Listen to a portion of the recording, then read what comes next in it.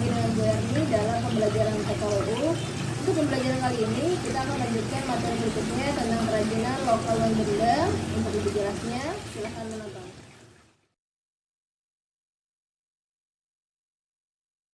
Baiklah siswa sekalian, marilah kita buka pembelajaran hari ini dengan bersama-sama membaca basmalah.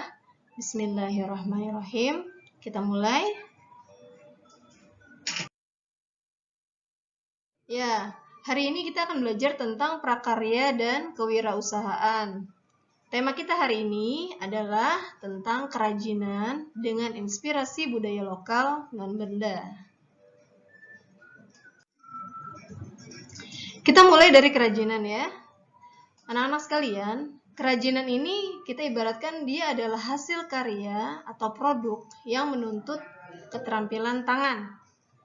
Jadi nanti produk kerajinan ini adalah suatu produk yang dihasilkan melalui keterampilan tangan dan juga keterampilan berpikir dalam mengolah suatu bahan atau material sehingga menghasilkan estetika atau keindahan sekaligus fungsi tertentu.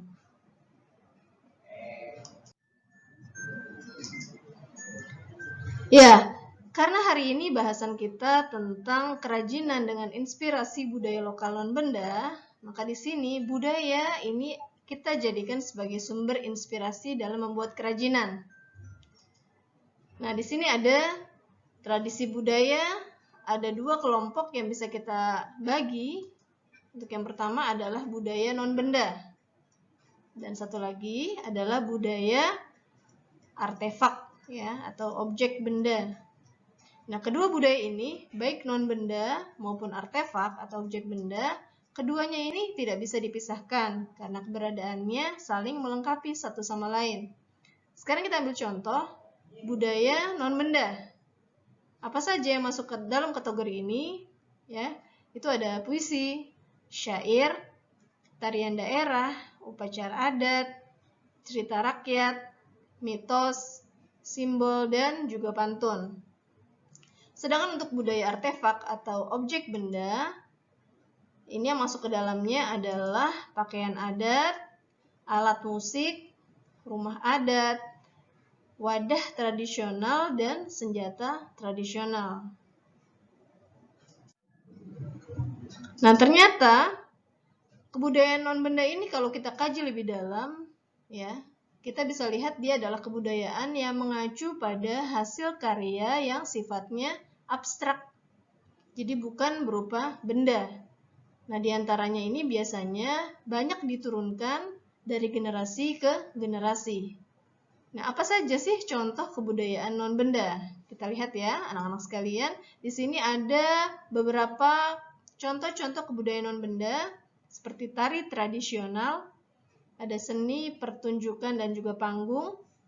Kemudian ada lagu daerah, cerita rakyat, ya, kemudian puisi, pantun, dan juga bahasa daerah.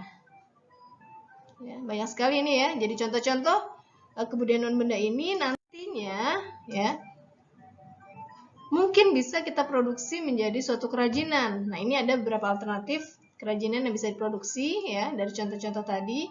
Seperti yang pertama, misalnya kita bisa membuat lukisan yang bertemakan budaya lokal, ya budaya daerah setempat.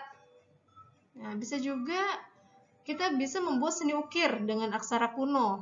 Apa tuh aksara? Jadi aksara itu adalah suatu sistem simbol visual yang biasanya ada di atas kertas atau media lain.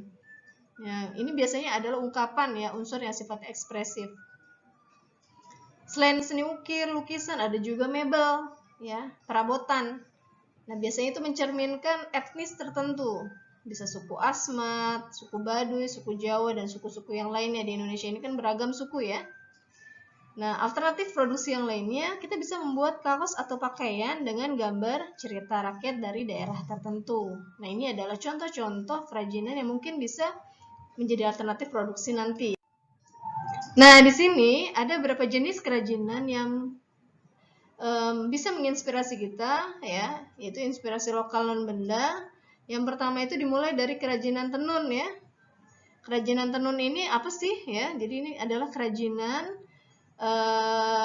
yang menggunakan teknik ya dalam membuat kain yang dibuat dengan prinsip yang sangat sederhana tapi rumit juga ya, butuh ketelatenan, kesabaran karena dia modelnya adalah menggabungkan benang secara memanjang dan melintang. Jadi nanti di sini biasanya kain tenunan ini bisa terbuat dari serat kayu, kapas, sutra, dan sebagainya. Ya, kemudian ada lagi kerajinan batik.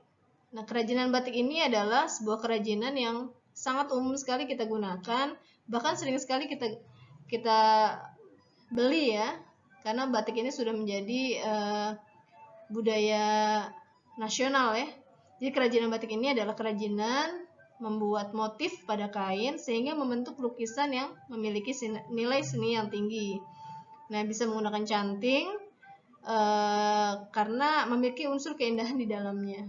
Jadi nanti di sini ya, khususnya zaman modern seperti ini, membuat batik itu banyak sekali caranya ya. Bisa dengan menggunakan cap ya, bisa dengan printing, bisa dengan lukis, dan alat bahannya itu juga yang standar biasa kita gunakan itu seperti lilin atau malam, canting, gawangan, kain, kompor kecil, dan wajan ya. Nah, kerajinan batik ini juga merupakan kerajinan yang memiliki seni tinggi dan telah menjadi bagian dari budaya Indonesia, khususnya Jawa ya, sudah sejak lama. Ada lagi kerajinan lain adalah kerajinan ukir ya.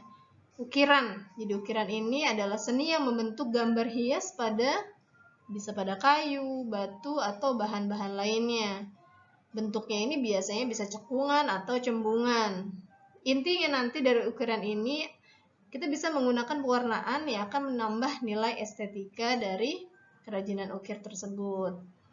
Nah, kemudian yang lainnya adalah kerajinan wayang ya. Biasa kita gunakan wayang ini bermacam-macam ya bahan dasarnya, dan kerajinan wayang ini adalah suatu bentuk pertunjukan tradisional yang biasanya ada dalangnya gitu ya, ada seorang dalang yang memimpin. Jadi kerajinan wayang ini kalau secara filosofis itu, wayang itu artinya adalah bayangan, gambaran ya atau lukisan mengenai kehidupan alam semesta. Nah, kerajinan ini juga merupakan salah satu kesenian tradisi yang tumbuh dan berkembang di masyarakat Jawa. Oke, siswa sekalian, demikianlah ya video pembelajaran kali ini. Kita berbicara lebih fokus kepada kebudayaan lokal non-benda. Insya Allah kita jumpa di video selanjutnya ya. Semoga bermanfaat. Thanks for watching. Kita tutup pertemuan hari ini dengan sama-sama membaca Hamdalah, alhamdulillahirabbil alamin. Assalamualaikum warahmatullahi wabarakatuh.